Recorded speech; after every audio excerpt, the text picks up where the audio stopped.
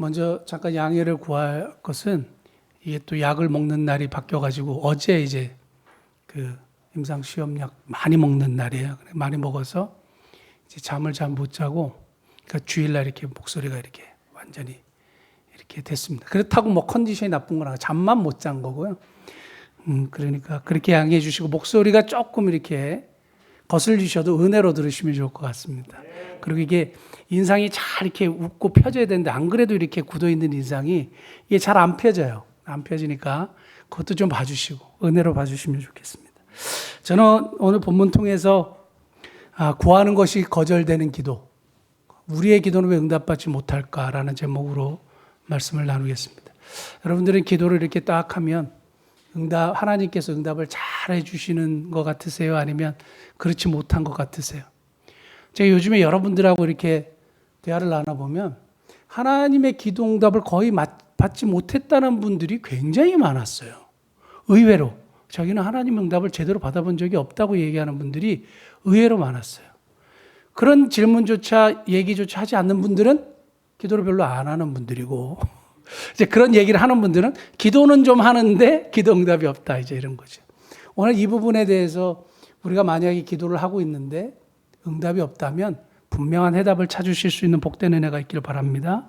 제가 뉴욕에 있을 때에 당시에는 그 소식을 듣고 제가 되게 쇼킹을 했어요. 어떻게 이럴 수가 있지? 이게 세상이구나 했던 얘기가 있어요.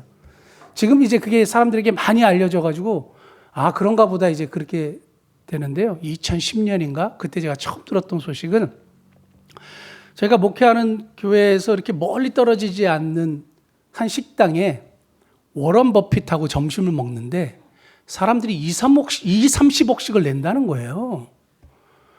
그분하고 점심 한번 먹는데 30억씩을 돈을 낸다는 거예요. 그래서 이게 사실인가 하고 제가 봤더니 2000년부터 시작해가지고 이베이, 우리나라로 따지면 옥션, 경매에 나와서 사람들이 막 경매에 참여하는 거예요. 그때 당시 9명이 이제 경매에 마지막으로 남았는데 자꾸 이제 베팅을 하면서 결국에는 그때 33억 원 하나로, 그 당시 하나로 33억 원, 263만 달러. 그 다음에 2019년에는 54억, 우리나라 돈으로 54억이 됐고, 작년 2022년을 끝으로 이제 마지막으로 하겠다, 이제 그렇게 발표를 했는데요.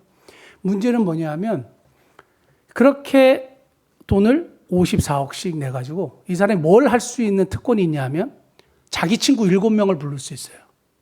그래서 최대한 7친구를 딱 데려가요. 그러면 딱 가가지고 뭘 할 것 같으세요, 여러분? 그래서 제가 한번 생각을 해봤어요.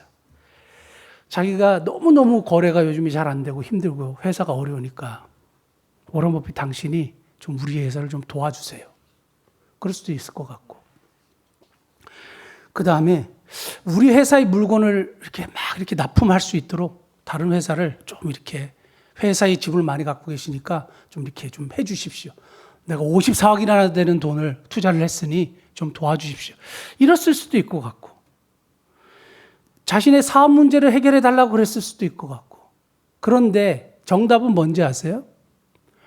워런 버핏의 투자의 노하우, 그리고 워런 버핏이 뭐라고 충고하는지 듣는 시간이에요. 자기 얘기를 막 하는 시간이 아니에요. 그래서 그 사람에게 질문하고 그 사람의 지혜를 이렇게 막 듣는데 수십억씩을 쓴단 말이에요.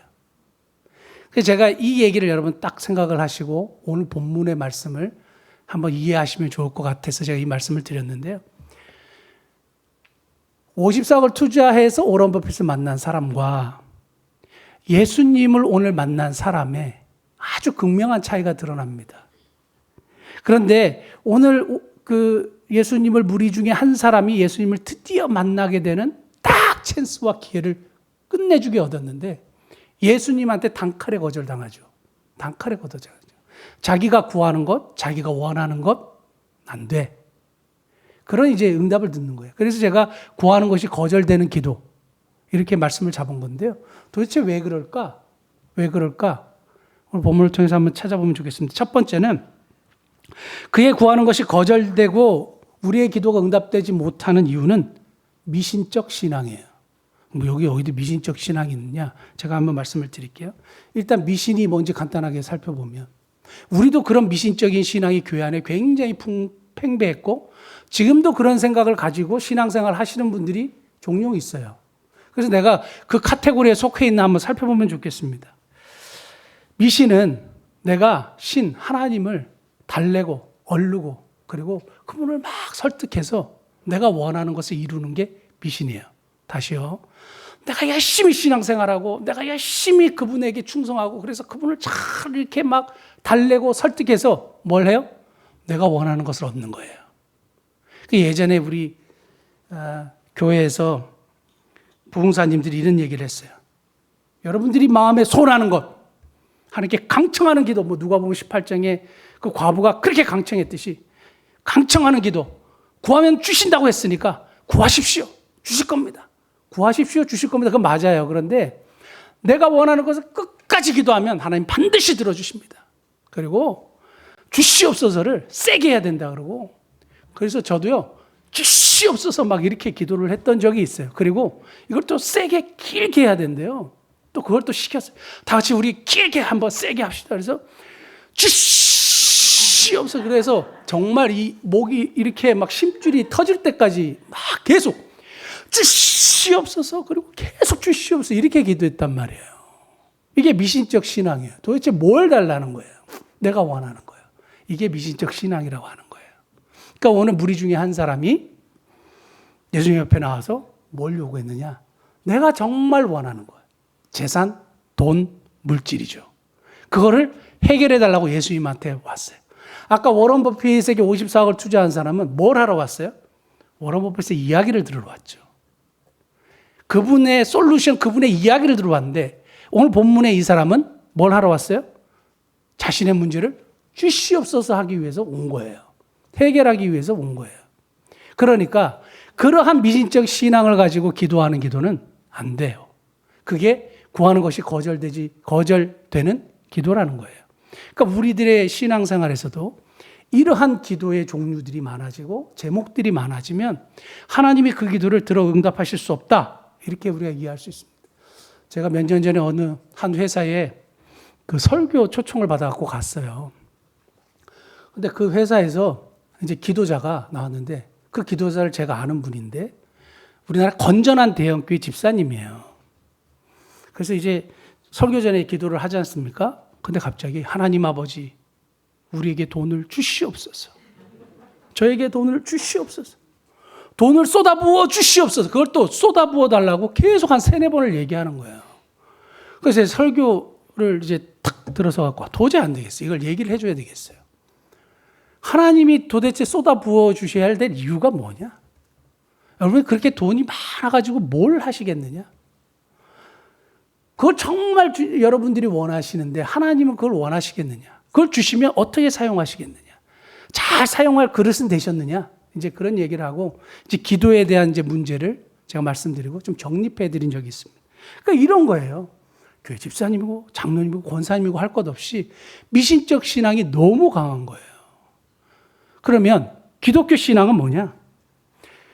누누이 말씀드렸듯이 하나님의 뜻이 내 삶에 이루어지는 것이고 하나님이 원하시는 것이 내 삶에 이루어지는 것이 우리 기독교 신앙의 핵심이에요. 근데 우리는 모르잖아요. 도대체 하나님의 뜻이 뭐예요? 저한테 질문하는 분들이 있어요. 명확하게 각 사람에게 주신 하나님의 뜻을 모르죠. 그러나 우리가 꼭 기도해야 되는 기도 제목이 마지막에 있어요. 뭐냐? 우리가 열심히 기도하고 이게 내 욕심인지 하나님의 뜻인지 정말 잘 모르겠어요. 근데 내 삶에 필요하잖아요. 그리고 이렇게 됐으면 좋겠잖아요. 우리 아이가 꼭 대학에 합격하기를 원합니다 하고 다른 분들은 막 저희 가서 불공도 드리고 막 등도 달고 막 헌금도 하고 뭐 다른 종교에 있는 분들 그렇게 하잖아요. 우리 기독교 신앙을 가진 분들은 열심히 자녀들을 위해서 기도하지만 마지막에 이걸 기도해야 돼요. 나의 원대로 마시옵고 아버지의 뜻대로 되기를 원합니다. 왜냐하면 아버지의 뜻이 완전하고 완벽하고 선하고 가장 확실하기 때문이에요. 근데 이게 그냥 말로만 고백돼서는 안 되고 진심으로요. 정말 그렇게 되는 것이 가장 확실하고 선하고 완벽한 방법이라는 신앙 고백으로 드릴 때 그 기도는 멋진 기도가 되는 겁니다. 성숙한 신앙인들은 내가 하나님 앞에 열심히 기도하고 나서 그래 하나님의 뜻이 이루어져야지 하고 나의 뜻대로 마시옵고 아버지의 뜻대로 되기를 원합니다. 기도해서 이 성숙한 기도의 자리로 나가실 수 있기를 바랍니다. 기독교 신앙은 철저하게 하나님이 원하시는 것이 내 삶에 이루어지도록 기도하는 것이고 하나님의 뜻이 내 삶에 이루어지도록 하는 것입니다. 그걸 꼭 기억하시고, 근데 우리가 정말 이러한 기도의 자리까지 좀 나아가야 되는데, 본문의 무리 중에 한 사람은 왜 이렇게 기도했을까? 왜 이렇게 기도했을까요? 오늘 본문 말씀에 힌트가 나와 있어요. 13절. 무리 중에 한 사람이 이르되 뭐요? 선생님, 랍비여 이렇게 생각했어요. 예수님이 랍비라고 생각한 거예요. 선생님이라고 생각한 거예요. 예수님 당시의 유대 사회에서는 랍비가 재판도 했어요. 그래서 이런 판결을 내줬단 말이에요. 그러니까 예수님을 찾아왔을 때 예수님이 메시아이시거나 주님이시거나 구원자이시라는 사실을 전혀 인정하지 않고 깨닫지 못하고 예수님을 뭐로? 그냥 해결사로. 이 문제에 대한 재판을 내릴 수 있고 자기 그냥 잠깐 도와주는 사람으로 생각하고 찾아온 거예요. 우리의 신앙생활도 이와 비슷해요. 저는 이 무리 중에 한 사람이 우리하고 너무 비슷하지 않은가? 급하면 막 찾아오는 거예요. 도와달라고, 살려달라고, 이거 해결해달라고. 그전에는 가만히 있다가 급하면 막 살려달라고, 도와달라고, 해결해달라고 오는 거예요. 예수님은 우리가 구주와 주님으로 영접했잖아요. 그 예수님 우리의 주인이시잖아요. 그러니까 그분이 우리의 삶을 주장하고 계시고 그분에게 맡기고 이러한 것들이 신앙생활일지인데 우리는 주님을 주인으로 인정하지 않아요. 그냥 주님을 해결사로 보는 거예요. 그리고 문제만 생기면 주님을 찾는 거예요. 평상시에는 그냥 자기 전에 잠깐 누워보고 이렇게 하도 잠들고 하루에서는 밥 먹을 때 잠깐 기도하고 그래서 누가 이렇게 막 조사를 해보니까 성도들 평균 기도 시간이 10분을 넘지 않는데요.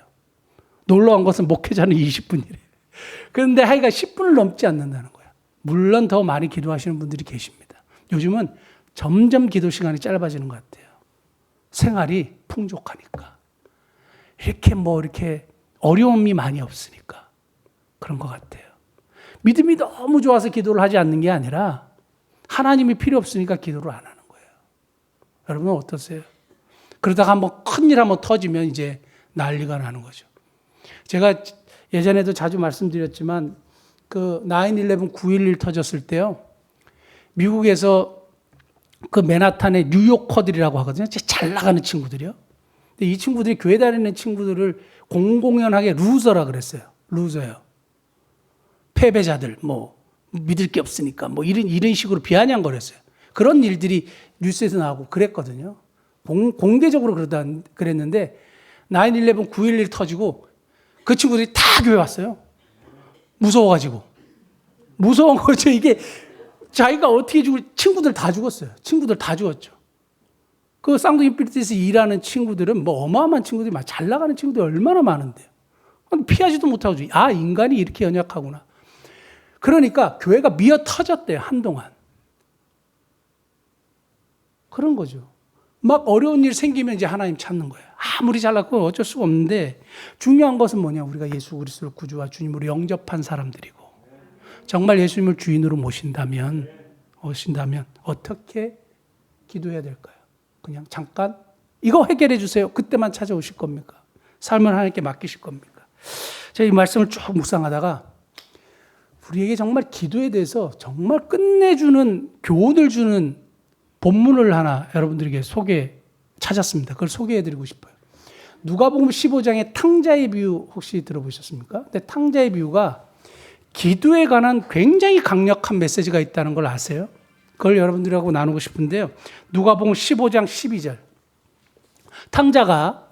탕자가 아버지에게 뭘 요구하는지 아세요?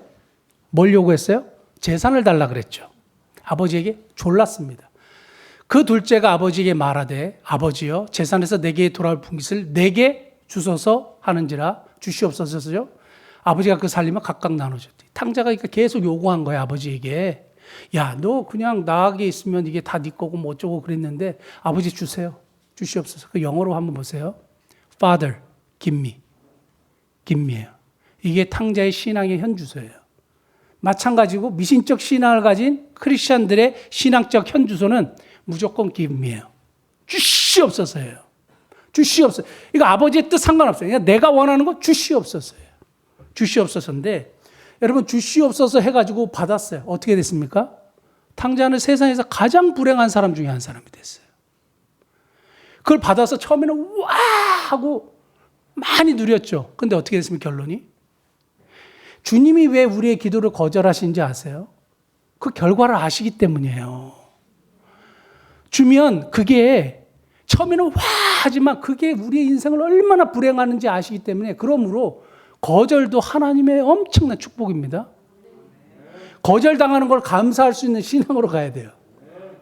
나한테 주시면 감당이 안 돼요. 불행하잖아요. 우리가 이미 통계적으로 다 나와 있는 사실 아닙니까? 다 이혼한대잖아요. 로또 된 사람들이요. 그게 뭐예요? Father, give me, 주시옵소서 해서 그 문제가 해결됐다고 그게 와 하나님 축복이다 이렇게 말할 수 없어요. 위험해요. 그 결과를 너무 잘 아시는 하나님께서 주님께서 거절하시는 겁니다. 한 군데 더 볼까요? 그래서 탕자가 회심하고 깨달았잖아요. 그 다음에 그의 기도가 완전히 바뀝니다. 15장 19절. 지금부터의 아버지 아들이라 일컬음을 감당하지 못하겠나이다. 나를 품꾼의 하나로 보소서. 영어 성경 make me. 나를 만들어 주십시오. 나를 변화시켜 주십시오. 나를 고쳐 주십시오. 그러니까 우리의 기도가 성장하고 성숙하는 단계로 갈 때 우리의 기도가 주시옵소서에서 어디로 가느냐? make me로 가야 돼요. give me에서 make me로 가야 돼요. 하나님 주시옵소서. 하나님 나를 만들어 주십시오. 하나님 나를 고쳐 주십시오. 이런 성숙한 기도로 나아가시는 복된 은혜가 있기를 원합니다. 구하는 것이 거절되는 이유는 미신적 신앙이고 두 번째는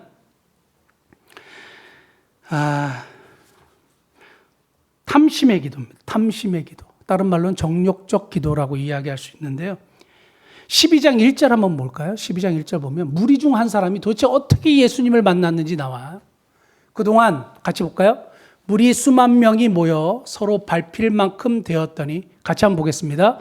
그동안 무리 수만 명이 모여 서로 밟힐 만큼 되었더니 예수께서 먼저 제자들에게 말씀하여 이르시되 바리새인들의 누룩 곧 외식을 주의하라. 저기 보면 상황과 환경이 나오죠. 그동안 무리 수만 명이 모였다 이렇게 돼 있죠. 제가 10몇 년 전에 그 미국 교회 유명한 교회들 탐방한 적이 있어요. 거기 이제 레이크우드 베프티스트 철치라고 여러분 예전에 긍정의 힘 조엘 오스틴 들어보셨습니까? 지금 약간 이단 시비가 있는데 그때는 지금은 뭐 굳이 만나고 막수하고 그러고 싶지는 않은데 그때는 제가 어렸으니까 한번 얼굴 한번 보고 싶다. 악수라도 한번 하고 싶다. 그랬어요. 세들백 교회를 갔을 때는 리고레 목사님하고 악수도 하고 사진도 찍고 했는데 여기 레이크우드 베프티스트 철치에 조엘 오스틴 목사님 한번 악수 한번 하고 싶다. 그랬어요. 그래가지고 근데 레이크우드 베프티스트 철치는 현존하는 교회 중에 여의도 순회가 제일 크죠. 그런데 한꺼번에 교인 숫자 한꺼번에 딱 드리는 교회 크기로는 레이크우드 베프티스트 철치가 세계 1등이에요. 2만 5천 명인가 3만 명이 들어요. 그 체육관에 엄청나게 커요. 그래서 저 어디로 가시나 이렇게 보고 그걸로 찾아가 가지고 악수 꼭 해야지. 그러고 나서 찾아가는데 이렇게 보니까 저쪽으로 가더라고요. 그래서 막 찾아갔어요. 찾았을까요? 못 찾았을까요? 못 찾았어요. 사람이 너무 많아. 어디가 어딘지를 알 수가 없어요. 근데 당시에 수만 명이 모였잖아요. 그 무리 중 한 사람이잖아요. 수만 명 중에 한 사람이란 말이에요. 예수님을 어떻게 만났을까요? 맨 앞에 있었을까요? 그런 것 같지는 않아요. 그런데 뚫고 갔겠죠. 예수님을 만나야 되겠다는 열정과 최선, 열심은 최고였던 것 같아요. 그래서 막 뚫고 나와가지고 막 해서 딱 기회를 받았어요. 뭐를? 예수님을 만나고 이야기할 수 있는 기회를 딱 만났어요. 여러분, 이러한 기회가 저와 여러분들에게 주어졌을 때 여러분 뭘 구하시겠어요? 이 사람은 돈이에요. 뭘 구하시겠어요? 그거 한번 질문해 보세요. 예수님을 딱 만났는데 진짜 모든 것을 해결하실 수 있는 분인데 근데 미신적 신앙, 내가 원하는 것을 구하는 것, 주님이 원하시지 않는다는 걸 발견했죠. 뭘 구하시겠어요? 근데 어리석게도 이 사람은 돈을 구하기 때문에 안 됐죠. 제가 요즘에 조금 고민하고 있고 좀 실망스러운 부분이 뭐냐면, 제가 잘 아는 어떤 분이 우연히 선교사님 한 분을 만난 거예요. 근데 선교사님이 여러 가지 사역 이야기를 하니까 너무 좀 안 되신 거예요. 거처할 것도 없고. 그래서 본인의 거주지 아파트를 내줬어요. 여기서 쉬시라고. 본인은 이제 본 집이 있고 좀 이제 지위가 있으시니까 또 회사에서 마련해준 이게 있는 거예요. 뭐죠? 그게 있는 거예요. 그래서 아파트를 쓰시라고 내줬어요. 거의 1년 가까이. 돈도 한 푼도 받지 않고. 그 몸의 모든 건강검진과 병원 치료를 다 해드렸어요. 근데 그 선교사님이 선교지에서 뭘 하느냐? 학교를 인수했대요. 5억짜리. 학교를 인수를 했는데, 한국에 와서 뭘 해요? 후원 요청을 하죠. 그래서 1억인가 2억 가까이 거쳤대요. 1년 동안 했는데 1억 몇천밖에 안 걸린 거예요. 안 거친 거예요. 그럼 어떡하느냐? 은행 빚도 다 못 갚는데요. 그럼 어떻게 되느냐? 언제까지 다 갚지 못하면 넘어간대요. 그래서 이분이 또 큰 돈을 또 그 선교사님한테 헌금을 했어요. 그냥 순수한 분이에요. 근데 이 선교사가 또 어려운 목사님들을 데리고 와가지고, 그러니까 회사를 데리고 오니까 또 도와주고, 그리고 또 안 됐으니까 회사에서 매일 예배를 만들어가지고 와서 말씀 전하게 하고 사례를 충분하게 드리고. 참 좋은 분들이 많죠. 어쨌든 성도들이, 죄송해요, 성도들이 훨씬 더 좋은 분들인 것 같아요. 목사님 헌신하고 좋은데. 근데 그분에게 거액을 헌금했다 그래서 제가 그 좀 물어보고 하시지 그랬냐. 물어보고 하시지 그랬냐. 저는 아무리 생각해도 그거는 선교사님이 욕심인 것 같다. 그 학교를 왜 인수를 했냐. 하나님의 분명한 뜻이 있었냐. 너무너무 하고 싶었대요. 그게 답이에요. 너무너무 선교사님 그런 사역을 하고 싶었는데 마침 그게 나가지고 했는데 본인이 전혀 감당이 안 되는 분이에요. 그리고 그걸 하다가 결국은 성도들이 그 열심히 모아가지고 2억 가까이 된 돈을 어디요? 그냥 없애는 거예요. 더 왜 욕심이라고 생각하냐 하면 매달 엄청난 돈이 들어가야 되는 거예요. 학교를 유지하려면. 그럼 어떻게 감당해요? 자기가 감당할 수가 없어요. 그러니까 뭘 해요? 성도들에게 계속 후원을 요청하는. 도와주십시오. 어렵습니다. 우리 하나님을 위해서 열심히 할 테니 후원해 주십시오. 그래서 저는 하나님이 정말 살아계시고 정말 이 사역을 하나님이 기뻐하시면 나는 저게 왜 저렇게 해야 될까? 저걸 왜 저렇게 해야 될까? 하나님이 살아계신데, 진짜 하나님이 살아계신데 하나님이 기뻐하시는 사역을 하면 왜 우리는 자꾸 돈 달라고 해야 될까? 왜 이렇게 해야 될까? 저는 죄송하지만 선교사님들의 마음속에도 탐심이 있다고 봤어요. 자기가 원하는 것이 너무 강했어요. 하나님의 뜻보다는. 그렇다고 저는 거룩하냐 그건 아니고 객관적으로 볼 때 그런 거죠. 우리 안에 탐심이 자리 잡기 시작하면 그 기도는 응답되지 않습니다. 왜냐하면 우리의 중심을 꿰뚫어 보시는 하나님이 네 마음속에 탐심이야. 네 마음속에 탐심 안 되는 거야. 거기에 내가 어떻게 그래 내가 줄게 이럴 수가 있니? 말이 안 되는 거예요. 여러분 우리의 마음을 꿰뚫어 보시는 하나님께서 그것이 탐심인 걸 알고 주시는 분일까요? 그 전지전능하신 분이 다 아는데 결과가 어찌 될 뻔히 아는데 말이 안 되는 거죠. 우리는 이런 거예요.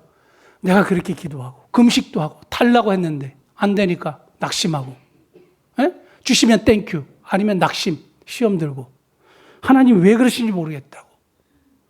그건 아니죠. 하나님 나를 사랑하시니까 거절하시는 겁니다. 그러면서 예수님이 어리석은 부자에 대한 이야기를 비유로 들으셨잖아요. 그래서 이 어리석은 부자를 통해서 주시는 경고가 우리들에게 주시는 경고를 알아야 돼요. 이 어리석은 부자가 깨닫지 못했던 게 3가지가 있어요. 첫째는 물질의 유한함을 깨닫지 못했어요. 맞습니까? 물질의 유한함을 깨닫지 못했어요. 두 번째는 자신의 유한함을 깨닫지 못했어요. 자기가 오래 갈 거라고 생각했나 봐요. 다 그러죠. 오래 갈 거라고 생각했는데 자신의 유한함을 깨닫지 못했어요. 하나님이 언젠가 데려가신다는 깨닫지 못했고, 세 번째는 영혼이요. 영혼의 영원함을 깨닫지 못했어요. 영혼은 영원히 갑니다. 우리 영혼이 죽으면 없어지는 게 아니라 우리 기독교 신앙은 영혼 불멸설을 믿어요. 어떻게 해요? 죽으면 하나님 앞에 가거나 지옥에 가거나. 맞습니까? 그게 기독교 신앙이에요. 영혼은 갑자기 죽지 않아요. 오늘 본문 말씀 보면 어리석은 부자는 내 영혼 이렇게 얘기하죠. 그게 헬라어로 푸시케예요. 여기서 사이칼러지가 나왔거든요. 심리학적인 생명, 정신적인 생명. 이 땅의 생명만 생각했어. 누가? 부자는요. 근데 예수님께서 13절에 뭐라고 얘기했냐면 15절에 그 중심을 깨뜨려 보시고 삶과 모든 탐심을 물리치라 사람의 생명이 그 소유에 넉넉한 데 있지 아니하니라. 여기서 생명이 조회예요. 사람은 조회를 가진 존재야. 내가 준 생명을 가진 존재야. 이건 영원한 생명을 얘기해요. 모든 사람은 영원한 생명을 가지고 있는 존재야. 그러니까 이 땅의 것으로 만족될 수 있지 않아. 그거를 구하지 마. 사람은 이 땅의 것으로 절대 만족되는 존재가 아니야. 다 가져보세요. 세컨 마운틴이라는 책을 보니까 이 세상에서 엄청 성공한 사람들이 엄청나게 가져보는데 끝까지 올라가 봤어요. 자기 딴에서는. 근데 남는 게 없는 거예요. 공허하고. 채워지지 않는 거예요. 당연하죠. 사람의 생명이 그 소에 넉넉한 데 있지 않거든요. 그래서 이 사람들이 세컨 마운틴, 두 번째 마운틴으로 올라가는 거예요. 세상 사람들이. 왜 두 번째 마운틴은 뭐냐? 의미, 가치 있는 삶. 언젠가 죽을 텐데 이제는 의미 있고 가치 있는 삶을 살겠다. 그게 세상 사람들도 가는 세컨 마운틴이에요. 크리스찬들은요. 의미 있는 가치 있는 삶, 영원한 삶으로 가셔야 되는 거죠.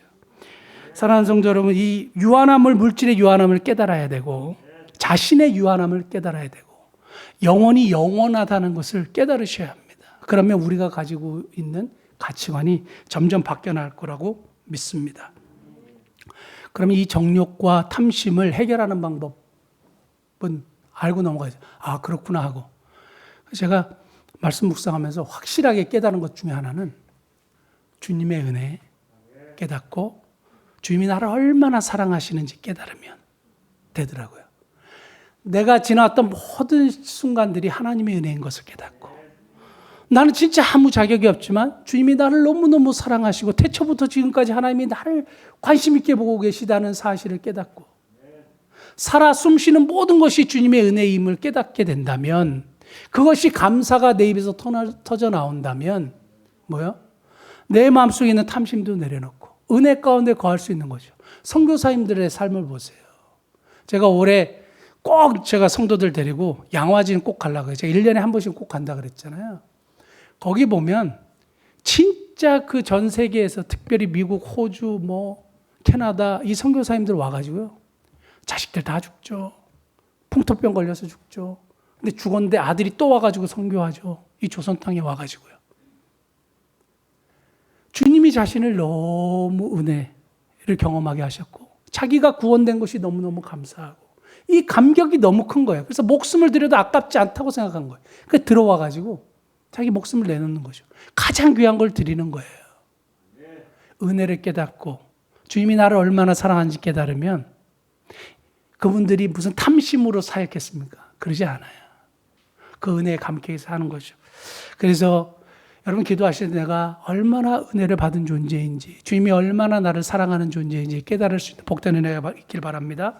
마지막 세 번째는 수신의 오류예요. 수신의 오류. 여러분 지금 핸드폰 쓰시면 와이파이가 이렇게 있잖아요. 근데 와이파이 쓰시는 분이 수신이 안 되면 먹통이죠. 인터넷도 안 되고 카톡도 지금 카카오톡 사태 나가지고 막 안 된다고 난리 나고 보상이 어쩌니 저쩌니 하잖아요. 안 되는 거예요. 수신이 안 되면. 그 무슨 말이냐? 우리의 기도는 송신은 있는데 수신이 없는 거예요. 주시 없어서 있는데 하나님의 뜻을 듣지는 않아. 여러분 하나님의 뜻을 듣는 시간을 가지십니까? 아멘. 정말 성숙한 신앙인들이신데 송신은 너무너무 좋은데 수신이 안 되는 거예요. 그 예수님이 보여주시고 가르치신 기도를 보면 자신의 뜻을 이루는 것이 아니라 하나님의 뜻을 내 삶에 이루는 거라고 말씀드렸잖아요. 기도는 기도하는 사람에게 초점이 있는 게 아니에요. 기도를 들으시는 자에게 초점이 있어요. 우리의 기도 응답은 나에게 있는 게 아니에요. 나의 노력과 헌신과 최선과 열심한 신앙생활이 아니라 그분께 있는 거예요. 그러니까 언제든지 초점이 하나님께 맞춰져 있는 거예요. 미신적 신앙은 구하는 자에게 초점이 있지만 기독교 신앙은 구하는 것을 허락하는 자에게 초점이 있다는 거 여러분 기억하세요. 내가 기도 응답을 하는 주체자가 아닙니다. 그래서 우리 중 한 사람이 내가 무엇을 얻을 수 있을까 생각하기보다 주님의 음성을 들어야 돼요. 워런 버핏에게 54억을 투자했던 사람처럼. 그분의 이야기를 들어야죠. 그런 문제가 지혜롭게 은혜롭게 하나님의 뜻대로 문제를 해결할 수 있지 않았을까요? 당연하죠. 당연하죠. 하늘의 지혜가 그분에게 나오는데. 근데 우리는 내가 더 똑똑하다고 생각해. 내가 해결해야 돼. 내 문제를 해결해 주셔야 돼. 구하는 것이 허락되지 않는 기도의 이유는 송심만 하고 수심만 없어요. 그래서 기도를 스피킹이 아니라 리스닝이라 그래요. 그래서 스피킹만 계속 하는 거예요. 듣는 시간이 전혀 없어요. 그러니까 하나님의 뜻이 무엇인지도 모르죠. 근데 도대체 그러면 수신을 어떻게 하느냐?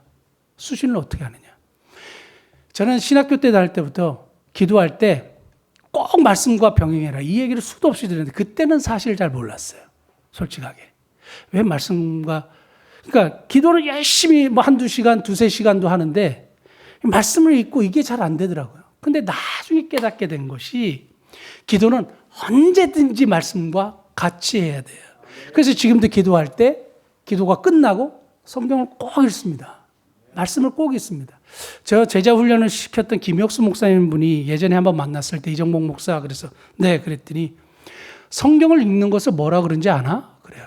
성경을 읽는 것이 성경을 읽는 거요? 성경을 본다 그러나요? 이런 어처구니 없는 대답을 했더니 목사님이 그러시더라고요. 성경을 읽는 것은 듣는 것이야. 성경을 읽는 것은 하나님의 음성을 듣는 것이야. 그때 제가 성경을 하나님의 음성을 듣는 것으로 읽는구나. 그걸 알게 됐어요. 그게 굉장히 크게 다가오더라고요. 여러분 성경 읽을 때 그냥 이런 내용 다 알지 뭐 이렇게 막 넘어가실 때도 있잖아요. 그러시면 안 돼요. 성경은 하나님의 말씀으로 듣는 연습 들으셔야 돼요. 한 가지만 말씀드리고 말씀을 마치려고 하는데요. 제가 성서대학교회를 사역을 하고 과감하게 사표를 딱 던졌습니다. 그게 몇 년도인지 정확하게 기억은 안 나는데 2010년인가 11년인가 그런데 그때 저희 아내가 성은이를 임신하고 있었고 다른 임지는 결정되지 않았고 집은 이제 비워줘야 되고 사택이니까 저에게 또 차를 주셔가지고 차도 말미를 주셔서 이제 반납을 해야 되죠. 약간의 기간은 있지만 차도 반납해야죠. 집도 반납해야죠. 아이는 임신을 하고 있죠. 갈 때는 정해지지 않았죠. 그리고 월세나 이렇게 할 수 있는 돈을 모아놓은 것은 없죠. 우리 원래 교역자들이 가난하게 살았어요. 계속. 그런데 인간적으로 보면 걱정이 되죠. 근데 제가 참 잘한 게 하나 있었어요. 그게 뭐냐면 새벽 기도를 설교를 하고 무릎을 꿇고 열심히 기도하잖아요. 그러면 제가 항상 성경을 읽었어요. 그리고 하나님의 뜻을 물었어요. 하나님, 제 상황이 이런데 하나님께서 길을 인도해 주십시오. 하나님의 뜻이 정확하게 무엇인지 모르지만 하나님이 살아계시고 지금까지 인도하신 하나님께서 앞으로도 인도해 주실 거라고 제가 믿습니다. 그러고 나서 창세기부터 읽었는지 출애굽기부터 읽었는지 기억은 안 나요. 그런데 열왕기하 8장에 이 말씀이 그냥 확 저에게 들어온 거예요. 그리고 이 말씀을 계속 읽는데 막 마음에 감동이 넘치는 거예요. 은혜가 넘치는 거예요. 하나님이 이렇게 응답하시겠구나 하고 딱 그 말씀이 내 말씀으로 아멘 되니까 어쩐지 아세요? 세상의 평화요.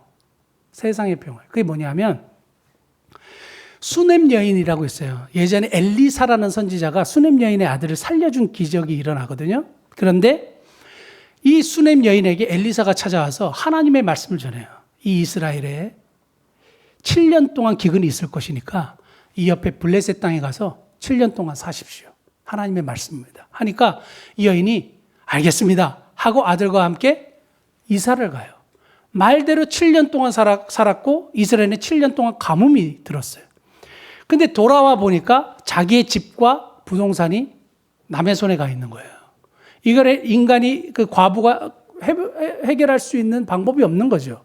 그러니까 왕에게 이렇게 찾아올 수 있는 그게 있었나 봐요. 그래서 왕을 찾아왔는데 마침 왕을 아련할 수 있는 기회를 이 사람이 얻은 거예요.